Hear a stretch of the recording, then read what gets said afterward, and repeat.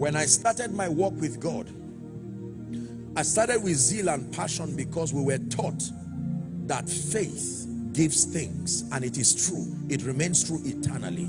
So our concern with God was how to use faith to get out of this unfavorable condition we found ourselves as fast as possible. The speed of that manifestation determined the strength of our faith, so we thought.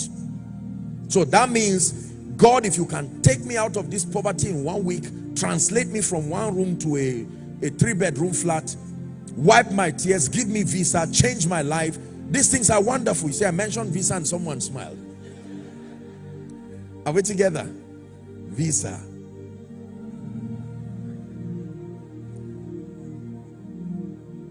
So usually when we study the subject of faith, this is what I want. What must I do to make it happen? That is the scope of our study. You see, it doesn't matter what motivated the desire. We just believe that faith is a magical instrument used to fulfill every desire. It doesn't matter how it came. So I want to go abroad. Whether it's the will of God or not, that is none of my business. I was told that faith can help me get a visa. It can force someone at the other side of the counter to stamp my visa. So I now begin to study. Okay, I find speaking as part of the equation, so I speak. I find giving as part of the equation, so I give. I find coming to church as part of the equation, so I come. I find prophetic blessings. I engage everything. And now my expectation is to the roof. I stand before the consular and I'm denied the visa, and I cannot understand. So what was I singing on Sunday? You are God alone. From before time began, you are on your throne. You are in the visa office now. You are God alone. And right now, and as if that is the end of it, as soon as you get home, you prophesied, you dropped a seed, and you expected 1 million to appear for your rent. I was young and now I am old. I've not seen the righteous forsaken nor his seed beg for bread. And in the presence of your landlord, your account is still empty.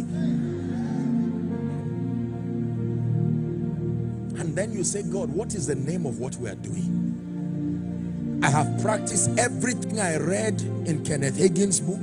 I listened to my pastor diligently. I emptied my account just last week. What are you doing to me, oh God? Then as if that is not enough, your colleague just passes with a beautiful BMW or a Benz and says, how are you? It's so good to see you after 5 years. What have you been up to now? Say, I'm trying to go out of this country. Says, well, I know you've always been a serious Christian right on campus. In fact, me, I just got born again 2 years ago. And thank God for your zeal. I'm sure God will do it. And he haunts you and leaves. And now I'm describing for you someone. Put yourself in the shoes of that someone. And you're kicking stones on your way home because you don't have your transport. And you stand at home and say, Lord, am I really a man of faith? And when you come to church and they say, all those who have faith, stand up, your mind will tell you, you would dare not stand up. Where is the car? Where is the visa? And yet heaven is clapping for you and saying you are a champion. There is a report you are building. Are we together now? That the person who has a car and a house has an obvious reason to roll on the ground during worship. But that you who may not have anything, you are learning to trust God in the midst of pain. And the name you called him, even in the midst of your disappointed expectation, you did not change that name. You still called him faithful and true. There is a report you are building. Many of you here administrators, how do you write a report? Do you summarize a report? A report is elaborate. It takes a while. You describe things.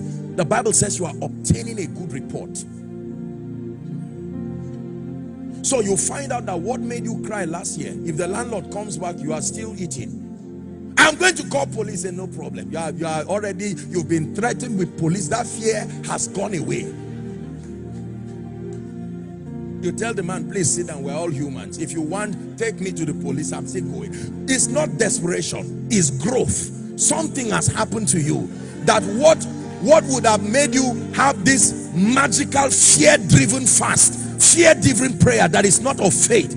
There is a purification that has happened to you. You get to a point where you say, Lord, I trust you, but I want you to know that if I have to walk out with my children and my luggage, I will stand in the midst of the shame and I will still call you faithful. My description of you has now come as a result of conviction. I have an experience with you that is greater than things. And if everybody say, where is your evidence? I will tell him, search my spirit. Beyond my bank account, my evidence for knowing and trusting and walking with God. Listen, when your faith stops at the realm of things, it will affect your Christian life. I believe in things, so I'm coming there. We're just climbing the ladder gradually. That in walking with God, your attention must go beyond things.